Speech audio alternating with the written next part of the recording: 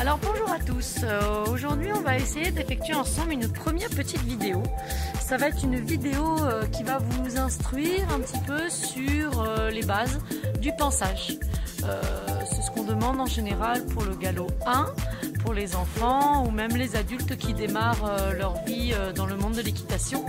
Et le pansage, donc, c'est le fait de prendre soin de son cheval avant et après le travail, ou juste pour le plaisir. Donc c'est une phase très importante. Une phase importante parce que ça permet de vérifier la totalité de son poney. Donc là aujourd'hui on va le faire avec Rapido dans un premier temps et puis pourquoi pas la petite étoile. Que ce soit un poney, un cheval, la façon de faire le pansage reste toujours la même, la base est toujours la même. Après il y a de la sécurité à avoir, donc ça c'est très important. Comme le fait de ne pas passer derrière le cheval, en tout cas en le surprenant, en le rasant ou en l'effleurant. Ça pourrait justement le surprendre.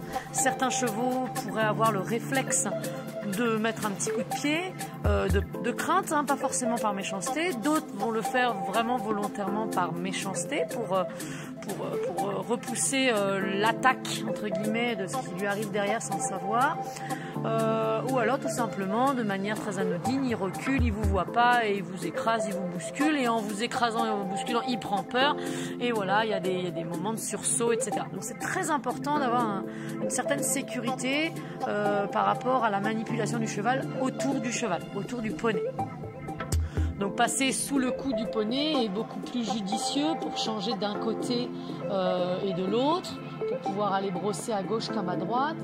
Passer derrière, c'est pas interdit, mais par contre, il est important de le prévenir, de le toucher, d'aller jusque derrière. Et une fois qu'il sait qu'on est derrière, un cheval bien dressé, bien élevé, ne va pas vous bousculer, vous taper ou quoi que ce soit, puisque vous ne le surprenez pas.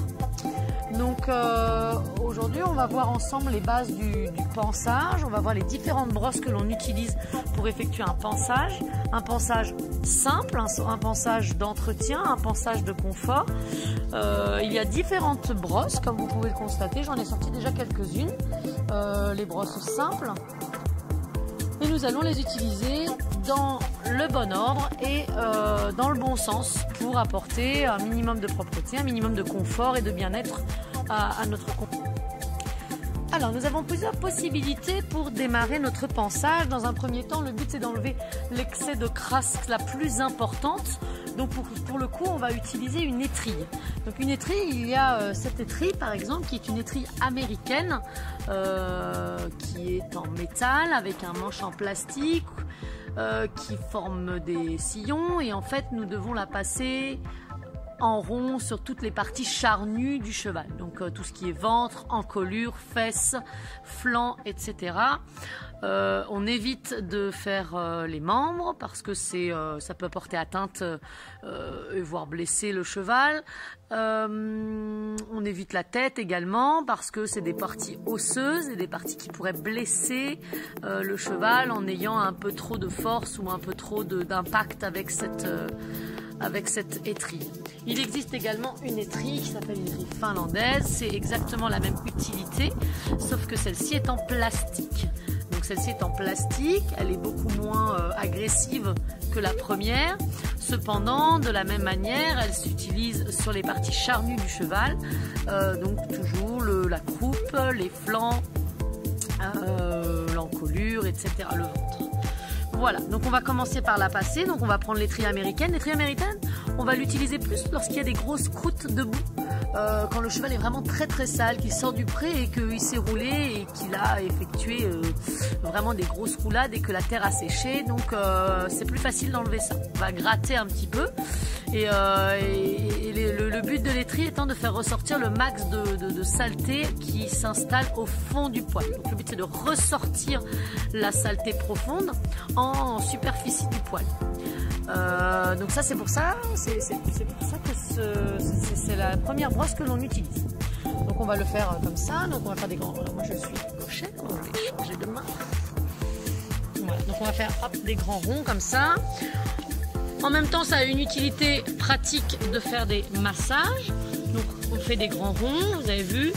Voilà, donc c'est pour ça que nous ne faisons pas ce genre de mouvement sur les membres. On peut faire des grands ronds, on va dans le sens du poil et après hop, ça revient à l'envers. Voilà. Alors peut-être que sur un poney un peu marron, d'une autre couleur, après on peut tapoter pour enlever le poil et avoir une brosse intacte. Et on recommence. Donc là, on va aller sortir et comme vous pouvez voir, on a le blanc, du blanc qui apparaît sur le poil et ceci montre bien que la crasse profonde est en train de remonter. Alors pas d'inquiétude, hein, parfois on a l'impression que plus on brosse, plus il y en a et c'est presque le cas, mais c'est jamais inutile parce qu'on sort un maximum de poils. C'est juste qu'il y en a beaucoup et là sur une sortie d'hiver, le poney a accumulé beaucoup de saleté, surtout qu'ils vivent dehors et beaucoup de saleté qui se sont installées au fond du poil. Donc voilà, donc ceci, hop, ça c'est les trilles, on tapote pour enlever.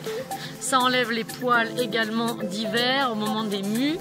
Voilà, on peut faire l'épaule, on peut faire ensuite la croupe, très intéressant, hop, voilà, ça, vous avez vu, hein, ça ressort beaucoup. On a énormément de poils qui viennent s'accrocher sur les petits crochets de l'étrille métallique. Voilà.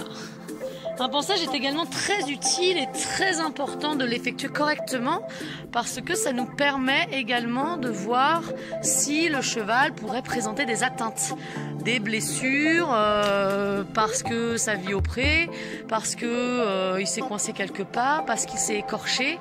Donc c'est important de bien aller scruter le corps du cheval dans sa totalité, dans les moindres recoins, dans les moindres plis. Il ne s'agit pas de faire uniquement le ventre, les flancs, la croupe, tout ce qui est apparent, visible de loin. C'est bien au contraire dans les petits recoins, dans les plis, dessous, sous l'encolure, dans les endroits un petit peu plus cachés que l'on peut peut-être observer d'éventuelles blessures et prévenir d'éventuels problèmes. Donc voilà sur ce qui concerne la première brosse. Donc ça c'était pour l'étrille. Une fois que l'étrille est passée, nous allons pouvoir passer à la deuxième brosse. Et pour le coup, la deuxième brosse s'appelle le bouchon ou la brosse dure. Alors le bouchon, la brosse dure, c'est la même brosse. C'est deux termes différents pour nommer le même outil. Donc c'est une brosse qui, comme son nom l'indique, a des poils qui sont durs, qui sont un peu plus raides. Et on la passe juste après l'étrille, puisque grâce à l'étrille, nous avons ressorti la saleté qui était au fond du poil. Et grâce à cette brosse dure, nous allons pouvoir enlever l'excédent de crasse qui a été ressorti par l'étrille et le faire tomber au sol. Donc régulièrement, il faut un petit peu brosser le bout des poils de cette brosse de façon à ce que on ne l'étale pas et qu'on ne fasse pas le travail pour rien. Donc on enlève les excès de crasse, on peut brosser un petit peu cette brosse pour enlever la crasse qui a été collée sur les poils et on recommence. Donc vous allez voir, ça permet de faire tomber le poil et l'excédent de crasse. Alors, sur un poney blanc ça paraît un petit peu mais si vous regardez bien, on est en train de cumuler pas mal de saleté et on la fait tomber par terre. Donc une fois que voilà, on fait coller pas mal de poils sur la brosse, donc il ne faut pas hésiter à aller brosser. Alors moi j'ai qu'une seule main, mais n'hésitez pas à enlever l'excédent de poils pour pouvoir continuer. Sur un poney un peu plus foncé, pareil, on va aller, et ça, cette brosse là elle se passe partout. On évite la tête parce que c'est des poils durs, donc c'est pas très agréable. Donc on va quand même la passer partout. On peut aller jusque sur les membres, vraiment sous le ventre, le passage de sang, c'est très important. Et on la passe toujours dans le sens du poil. On n'y va pas à rebrousse-poil parce que le but c'est vraiment de faire tomber l'excès de saleté qui a été enlevé par l'étrille. Donc il faut vraiment le faire dans le sens du poil. Voilà ce qui concerne la brosse dure, le bouchon. Et pour fignoler après ce travail, nous allons utiliser la brosse douce. Donc c'est exactement la même, sauf que les poils sont doux et ça permet de faire un petit peu les finitions. Donc nous allons pouvoir la passer pour le coup partout sur le poney et pour le coup nous allons pouvoir toucher la tête, les membres et tous les endroits un peu plus délicats et qui demandent un peu plus d'attention, en tout cas de douceur. Donc cette brosse elle permet de lustrer un petit peu Donc celle-ci, elle ne va pas aller gratter la saleté puisqu'elle a déjà été faite. Elle ne va pas aller non plus enlever les grosses taches. Mais par contre, elle va enlever le petit restant de saleté qui est resté en superficie du poil qui a du mal à partir. Donc vous pouvez voir, voilà, elle balaye un petit peu le poil. Pareil, elle se passe donc partout et dans le sens du poil. Ça, j'y tiens, c'est vraiment important. Il n'y a rien de très agréable que d'aller à l'envers du poil pour un cheval. Le but étant, c'est d'effectuer quand même quelque chose d'agréable pour le cheval. Il doit absolument passer un bon moment. Il est possible d'aller le monter après, mais juste pour le plaisir, effectuer un pansage, c'est quelque chose qui est très apprécié de nos compagnons équidés. Voilà, donc pour le coup, on peut. En général, ils sont assez bon public de ce genre d'activité. Le pansage, c'est vraiment un moment de bien-être. Certains, vous pourrez même peut-être voir avec certains chevaux des endroits bien propres à eux qui leur sont très agréables, où ils vont avoir des attitudes un petit peu de gratte-gratte, la lèvre qui se retrousse, parfois on fait entre les jambes, l'un postérieur se lève. Voilà, on a vraiment parfois des sensations et on le voit explicitement, on voit le bonheur que ça peut leur procurer. Donc la brosse douce, c'est la brosse de finition, c'est la brosse qui termine et qui se passe sur la totalité du cheval. Les membres, le bout du nez, le corps, partout. Donc ça, c'est pour tout ce qui est entretien du poil, de la crasse. Après, nous avons d'autres outils qui vont aller embellir un petit peu notre pansage. Par exemple, nous avons la brosse à crin qui va permettre d'aller forcément démêler tout ce qui est crinière, queue, toupet, et qui va permettre d'avoir un aspect encore plus apprêté de votre cheval. Donc, les chevaux, comme à la différence des humains, ils ne craignent pas des chevaux. Il y en a qui sont plus ou moins sensibles, surtout quand on leur désépaissit en arrachant les crins. Mais voilà, il ne faut pas hésiter à aller démêler en appuyant. Vous ne faites pas de mal à votre cheval et au contraire, ils ont besoin d'avoir un crin bien démêlé. Sinon, rapidement, des locks peuvent se former. Et après, qui dit locks dit souvent on coupe. Donc pareil pour le toupet. Donc le toupet, Monsieur Rapido est tourne la tête. Alors pareil, quand on arrive sur les gestes au niveau de la tête, il faut éviter les grands mouvements de façon à ce que le cheval ne craigne pas votre main, c'est important. Un cheval qui est bien démêlé a quand même un aspect beaucoup plus apprêté, beaucoup plus soigné et c'est la base pour avoir quand même une présentation propre et saine. Donc le dernier outil qu'on va utiliser, enfin l'avant-dernier outil qu'on va utiliser, ça va être le cure-pied. Le cure-pied, c'est quelque chose qui attire beaucoup les enfants. Beaucoup d'enfants ont envie de curer les pieds et c'est justement très important parce que c'est là où on peut découvrir des problèmes tels qu'un caillou coincé, des blessures au niveau de la sole, de la fourchette. Et donc il est important de prendre soin en priorité des pieds du poney. Nous on termine avec ça parce que c'est mon choix à moi de terminer par les pieds parce que parfois les pieds sont sales, sortis de près, la boue, etc. Donc on fait vraiment le corps pour après terminer par le plus sale. Et voilà, c'est une habitude que j'ai prise, mais il est tout à fait possible de commencer en curant les pieds, puis après s'occuper du corps avec les plis. Voilà, donc pour faire un pied, il est important, par exemple pour l'antérieur, de tourner le dos à son poney, de le prévenir. On n'attaque pas le cheval en allant directement sur son pied, ça pourrait le faire sursauter encore une fois. Donc il est important de le prévenir, de mettre sa main contre lui, de lui faire glisser la main jusqu'au fanon pour aller lui prendre le pied. En général, se souvient de essayer de mettre le pied, on passe la main en dessous et ensuite on va aller curer le pied. Interdiction formelle de se mettre à genoux totalement et pire encore de s'asseoir. Trop dangereux, le cheval peut baisser le pied rapidement parce qu'il prend peur, sursauter pour une raison qui lui est propre et venir vous écraser. À genoux ou bien assis, vous n'aurez aucun réflexe de vous dégager et là,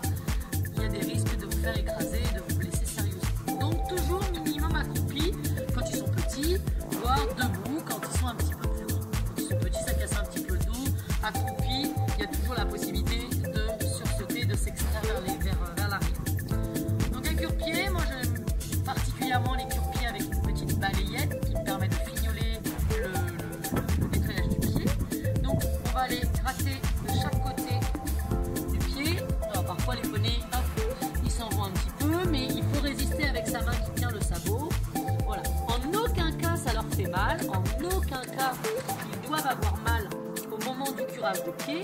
Si ça devait être le cas où vous sentez une douleur au niveau du contact de la pointe avec le pied, il est possible qu'il y ait un souci tel une blessure quelconque ou bien un abcès ou quelque chose. Donc dans ces cas-là, il faut mieux se référer au moniteur ou à quelqu'un de plus compétent, voire pire encore, aller demander conseil à son maréchal ferrant. Donc une fois que nous avons gratté le pied, moi je passe un petit coup de balayette et on peut considérer que le pied est correctement curé lorsqu'il laisse apparaître le triangle qui se situe dessous, qui s'appelle la fourchette, et quand la paroi et la sole du cheval est nette, sans impact, sans saleté et rapido. Voilà, rapido.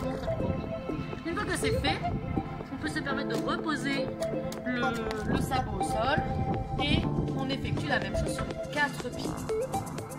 Voilà, postérieur ou antérieur, c'est exactement la même chose. Toujours se positionner dos au cheval. Si on doit passer de l'autre côté, on doit changer de main. Donc en effet, il faut être un petit peu ambidextre de façon à pouvoir gratter à chaque fois avec la bonne main. Mais c'est une question d'habitude et il n'y a pas vraiment de difficulté particulière. Il peut y avoir des difficultés particulières si le cheval rétime un peu, arrache son pied. Attention de ne pas avoir votre pied à côté, parce que parfois quand ils posent de manière vive leur pied, elle peut arriver sur votre pied à vous et voilà, il y a un petit deux. Donc voilà, être vigilant par rapport à ça, mais si vous êtes concentré et que vous faites bien attention à votre position, le curage de pied se fait correctement. Alors maintenant que le pansage est quasiment terminé, nous allons pouvoir peaufiner un petit peu les détails, surtout par exemple si vous avez une présentation, un concours, etc. Donc on peut utiliser une éponge ou moi j'utilise un petit gant humide de façon à aller nettoyer les muqueuses du cheval pour enlever tout ce qui est un peu coulant, un petit peu sale, et ça permet d'avoir un entretien parfait et un cheval dans l'hygiène. Donc les muqueuses, on va avoir hop, le creux des yeux de chaque côté. Voilà, le but étant de ne pas lui mettre l'éponge dans l'œil. Voilà, juste lui nettoyer un petit peu le creux des yeux ici. Voilà, et après les naseaux. En général, parfois il y a des coulures. Voilà, ça leur fait des guillis. Alors souvent ils veulent attraper soit l'éponge, soit le gant. C'est assez rigolo. Voilà, parfois le nez coule pour plein de raisons et le laisser couler, le laisser sécher, c'est un peu sale. Donc ça fait toujours plutôt sympathique d'avoir un petit poney qui a les yeux bien propres et les naseaux pareil, bien propres. Pour terminer, si le cœur vous en dit, il est possible d'entretenir avec un petit supplément les sabots des poneys. Une fois bien curés, on va pas le faire aujourd'hui parce que nous l'avons fait il n'y a pas très longtemps. À raison d'une fois par semaine, vous avez la possibilité par temps sec de graisser les sabots de vos poneys pour éviter tout ce qui est cassure, pour nourrir le sabot. Donc on vend de longs gants en magasin spécialisé, de longs gants pour les sabots de poney. Et il s'agit de prendre un pinceau et d'aller, une fois bien curé, toute saleté enlevée, d'aller peindre le dessous et le dessus du sabot. Bien sûr, il faut commencer par le dessous si vous ne voulez pas vous en mettre plein les mains. Mais c'est l'expérience qui vous apprendra. Et voilà, en cas de situation un peu plus humide, si vous avez un pied à l'inverse de la sécheresse, reste un peu pourri, mou, malodorant, vous pouvez utiliser du goudron sous le pied du cheval, uniquement sous le pied au niveau de la fourchette. Mais tout ce qui est graissage de pied et entretien du pied à proprement parler, ça fera l'office d'une vidéo complète où là on le fera sur un cheval en donnant plus de détails sur la qualité d'un pied avec l'entretien complet d'un pied. Donc je ne m'étale pas là-dessus pour ce pansage. Sachez que c'est possible et que c'est même très recommandé à raison d'une fois par semaine. C'est un bon entretien et ça permet de prévenir certains problèmes au niveau des sabots. remercie. J'espère que vous avez entendu et bien compris plusieurs façons d'entretenir le cheval, de faire un pansage complet. C'est un moyen inévitable pour aller travailler son cheval ou entretenir son cheval. On n'a pas un cheval dans un pré sans l'entretenir. Un pansage, c'est la base. Vous n'êtes pas obligé de le faire tous les jours, mais par contre suffisamment régulièrement, à raison de 2, 3 fois, voire 4 fois par semaine minimum, pour pouvoir avoir un cheval sain, en bonne santé, et pouvoir prévenir d'éventuelles blessures. C'est le pansage qui permet vraiment ça. Donc je vous remercie, j'espère que je vous ai apporté plein de choses, plein d'informations utiles, et je vous donne rendez-vous proche de votre poney en utilisant toutes les brosses indiquées, et je vous dis à bientôt.